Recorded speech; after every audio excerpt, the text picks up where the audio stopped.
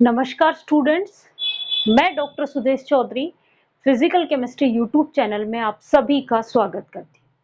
हम लोग CSIR net, IIT jam और गेट से रिलेटेड फिजिकल केमिस्ट्री पढ़ रहे थे।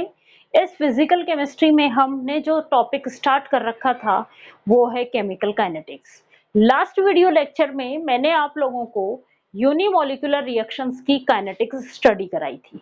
इस यूनिमोलिकुलर रिएक्शंस में हमने के यूनि निकाला था, मीन्स यूनिमोलिकुलर रिएक्शंस का रेट कांस्टेंट निकाला था के।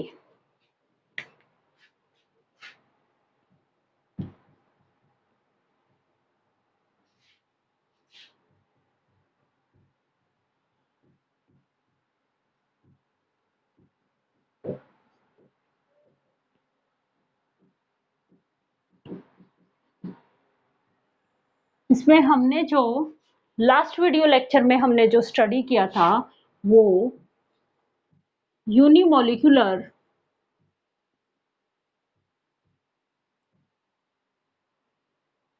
रिएक्शन का रेट निकाला था। एक तो यूनिमोलिकुलर रिएक्शंस का रेट फाइंड आउट किया था और इस रेट की जो वैल्यू निकाली थी हमने वो निकाली थी K1 K2 A का whole square upon K inverse A plus का K2 ये फाइंड आउट किया था। और एक हमने यूनिमोलिकुलर रिएक्शंस की डेफिनेशंस के according unimolecular rate constant find out किया था, जिसको हमने K यूनि कहा था, यही निकाला था। और जिसमें हमने ये कहा था कि A की पावर 1 पे डिपेंड करता है। K1 K2 K inverse A plus K2 ये कहां से आया? यूनिमोलिकुलर रिएक्शंस की डेफिनेशन से फाइंड आउट किया था कि ये तो हमने किससे निकाला था? मैकेनिज्म से। लेंडमान ने जो मैकेनिज्म दी थी उसको यूज करते हुए निकाला फाइंड आउट। लेकिन ये हमने किससे फाइंड आउट किया? इसकी जो है यूनिमोलिकुलर रिएक्शंस की डेफिनेशन, कि उसमें जब मॉलिक्यूल ही एक है तो ये दो पार्टिसिपेट कैसे कर सकते हैं। ठीक है, इसीलिए एक को नेग्लेक्ट किया गया था, इसके स्क्वायर को नेग्लेक्ट किया गया था और के यूनि मॉलिक्यूलर रिएक्शंस का रेट कांस्टेंट फाइंड आउट किया था। इस रेट कांस्टेंट में हमने कंडीशंस रखी थी लो प्रेशर और हाई प्रेशर, क्योंकि हम जो स्टडी कर रहे हैं वो गैसियस रिएक्शंस की स्टडी कर रहे हैं। किसकी कर रहे हैं? गैसियस रिएक्शंस की। इसलिए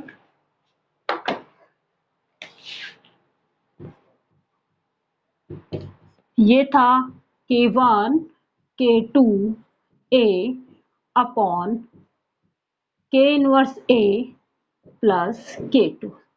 इसमें हमने दो कंडीशंस तो पढ़ ली थी, एट वेरी लो प्रेशर और एट वेरी हाई प्रेशर।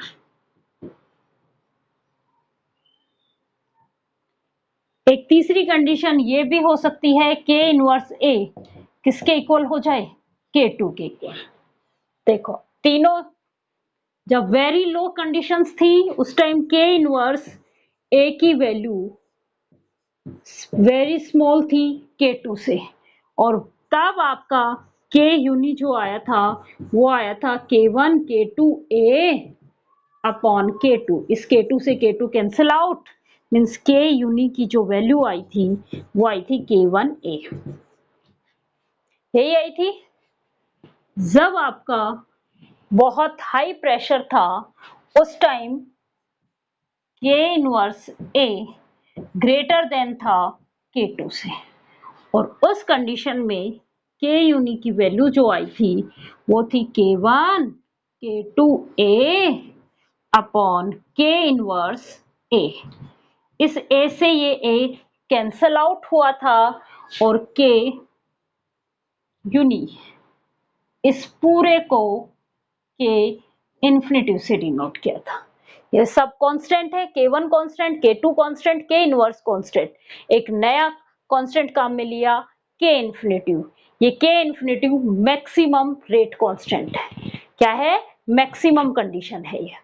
चलो आगे। और ये जीरो ऑर्डर रिएक्शन होती है। यहाँ पे कौन से ऑर्डर रिएक्शन होती है? Zero order. और यहाँ पे कौन से ऑर्डर की रिएक्शन होती है? First order reaction. ये जीरो ऑर्डर रिएक्शन है और ये फर्स्ट ऑर्डर रिएक्शन है। अब हम बात करें इस वाली कंडीशंस की कि के इनवर्स ए जो है वो K2 के इक्वल हो जाए। उस कंडीशन में क्या होगा आपका? K यूनी क्या होगा? K2 K1 K2 A upon, मैं K इनवर्स A और K2 की जगह भी क्या रख दूं? K inverse A। K2 की जगह भी क्या पुट कर दूं? K inverse A। तो नीचे देखो K इनवर्स A प्लस में K इनवर्स A क्या बनेगा? 2K inverse A। तो मैं डायरेक्ट यूज कर रही हूं 2K इनवर्स A। इस A से ये A कैंसिल आउट, इस A से ये A कैंसिल आउट। क्या हो गया? ये K1 K2 upon K inverse किसके इक्वल है? K इन्फिनिटिव के इक्वल। किसके इक्वल है? K इन्फिनिटिव के इक्वल। तो K यूनी किसके इक्वल होगा?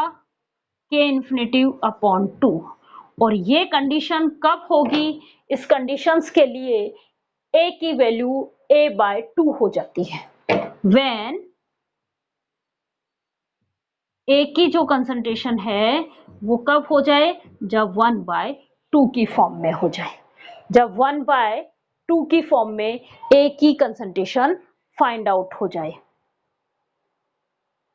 जब A की वैल्यू 1/2 है उस केस में जो है आपका K इनवर्स A, इसकी वैल्यू क्या हो जाएगी? किसके इक्वल है? K2। यही है। जब A की पावर 1/2 होगा तब क्या होगा? K इनवर्स A किसके इक्वल हो जाएगा? K2 के इक्वल हो जाएगा। तो A 1/2 की वैल्यू यहां से क्या आ गई? भाई ये 1/2 की फॉर्म है। A 1/2 की वैल्यू क्या आ गई? K2 upon K inverse. ये वैल्यू बहुत इंपॉर्टेंट है, याद रखनी है आप लोगों को। A की पावर हाफ, A हाफ कब हुआ? इसकी वैल्यू क्या आ गई? K2 upon K inverse value आ गई। चलो आगे। इसमें जो हमें ग्राफ मिलता है वो माइकलिस मेंटन जैसा ही ग्राफ मिलता है, जैसा हमने माइकलिस मेंटन मैकेनिज्म में पढ़ा था। और वो ग्राफ कुछ इस तरीके से मिलेगा। लोअर प्रेशर पे फर्स्ट ऑर्डर करेगी और उसके बाद जीरो ऑर्डर की तरह। यहां पे K इन्फिनिटिव अपॉन हाफ है और जब K इन्फिनिटिव अपॉन हाफ हो जाता है उस टाइम A की कंसंट्रेशंस को किससे रिप्रेजेंट कर रहे हो? हाफ से। किससे रिप्रेजेंट कर रहे हो? हाफ से। और ये कौन से ऑर्डर की है? Zero order reaction. और ये कौन सी है? First order reaction. ये भी आपको ध्यान रखना है ये कंडीशंस। चलो आगे।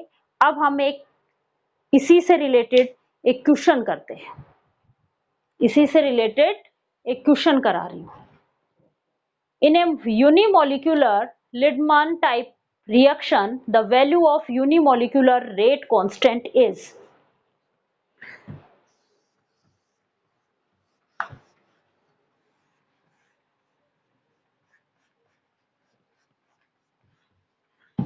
क्वेश्चन लिख रही हूं पहले, फिर उस क्वेश्चन को समझना कि उसमें क्या क्या दिया हुआ है, उसके बाद क्या निकलवा रहा है।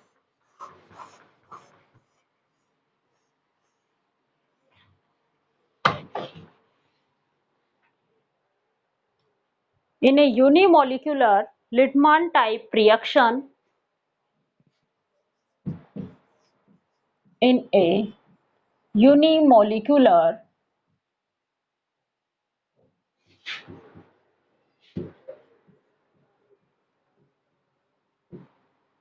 type reaction, the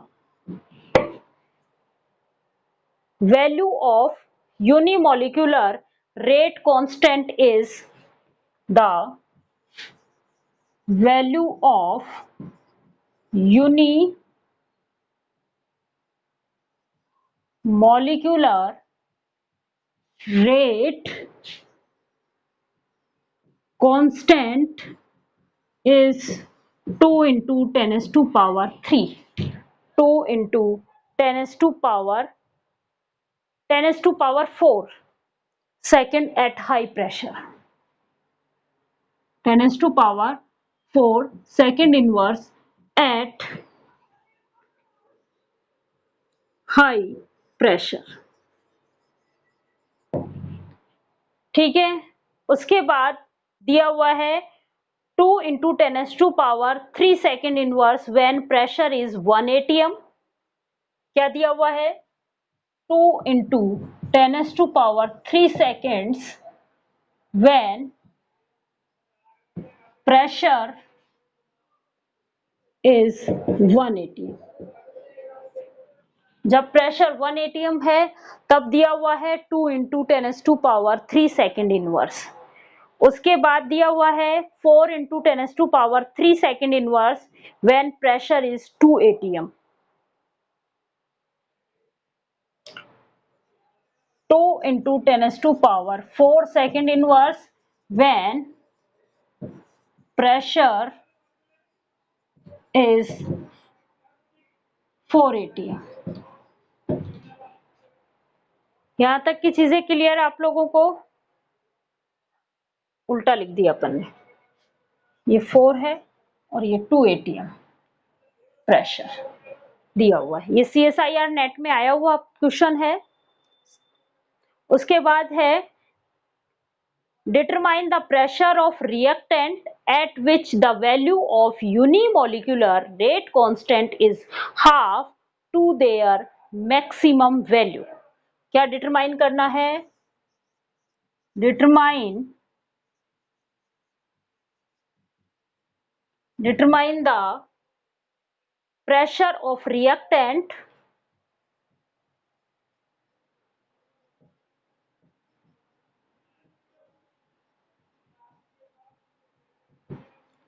at which, उस टाइम निकालना है at which value of unimolecular rate constant is half to their maximum value. At which value of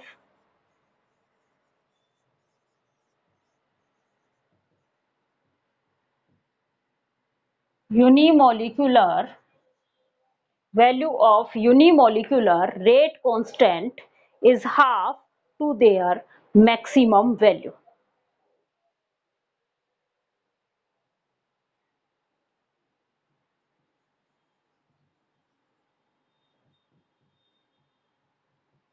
Is half their maximum value. Maximum value का हाफ हो जाए. उस time हमें क्या निकालना है? प्रेशर डिटरमाइन करना है. प्रेशर डिटरमाइन कब करना है? जब यूनिमोलिकुलर रेट कांस्टेंट अपने खुद की मैक्सिमम वैल्यू का क्या हो जाए? हाफ. क्या हो जाए? हाफ. मीन्स के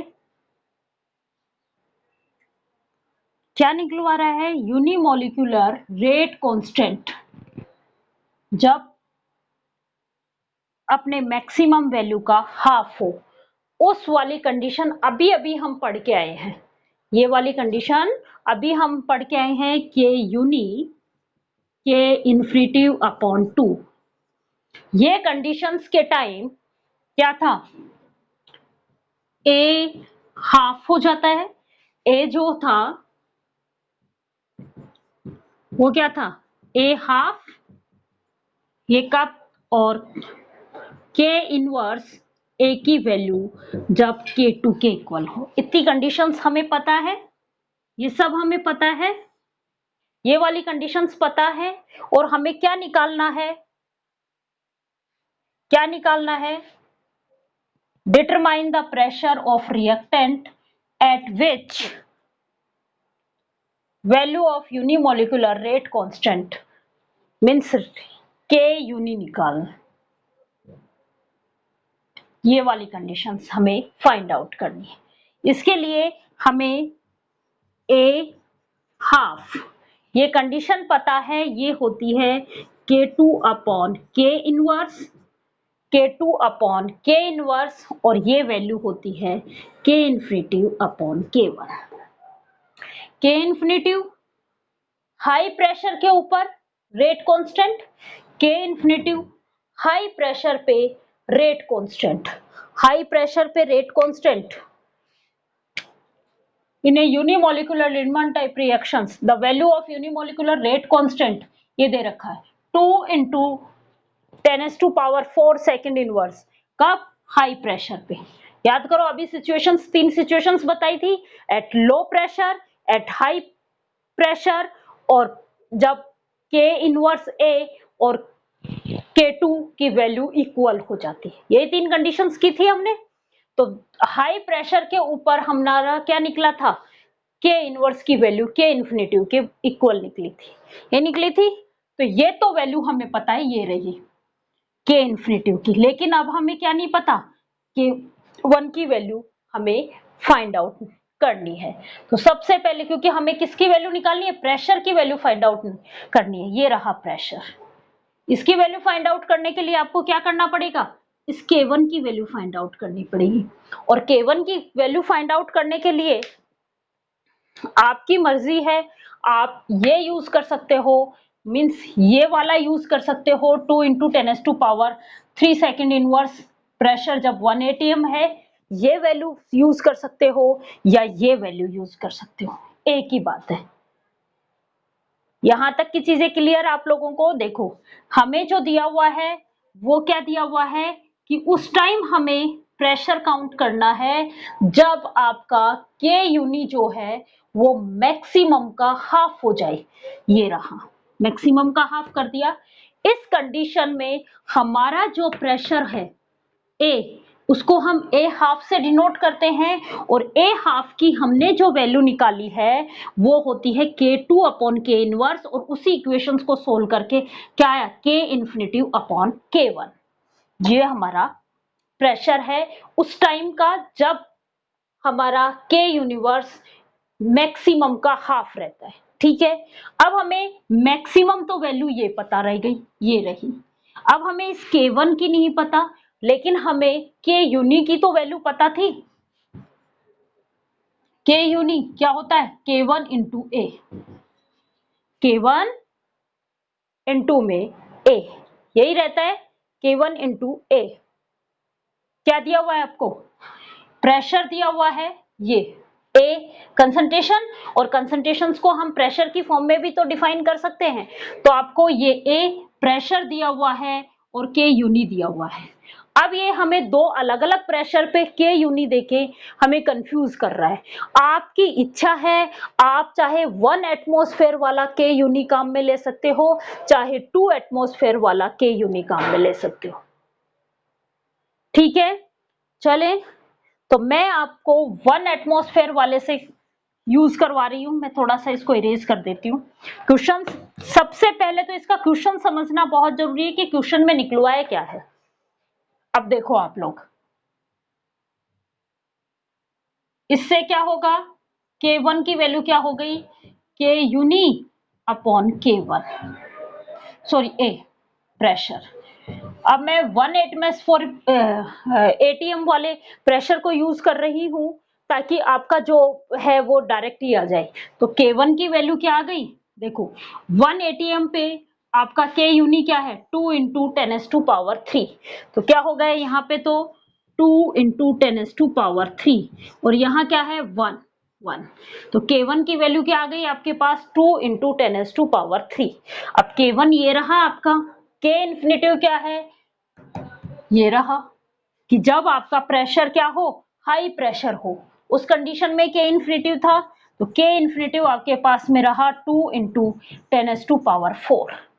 तो क्या निकालना था आपको, प्रेशर डिटरमाइन करना था। जब आपका K uni means unimolecular rate constant जो है वो मैक्सिमम का हाफ हो जाए, यही बताना था। तो उस कंडीशन में हमें पता है कि प्रेशर जो होता है उसको हम हाफ से डिनोट करते हैं और उसकी वैल्यू जो होती है वो K इन्फिनिटिव अपॉन K1 होती है।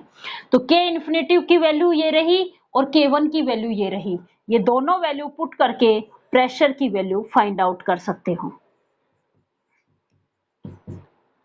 2 × 10⁴ K इन्फिनिटिव की जगह रख दिया और K1 क्या है, 2 × 10⁻3। 2 से 2 कैंसिल आउट, क्या आ गया प्रेशर, 10।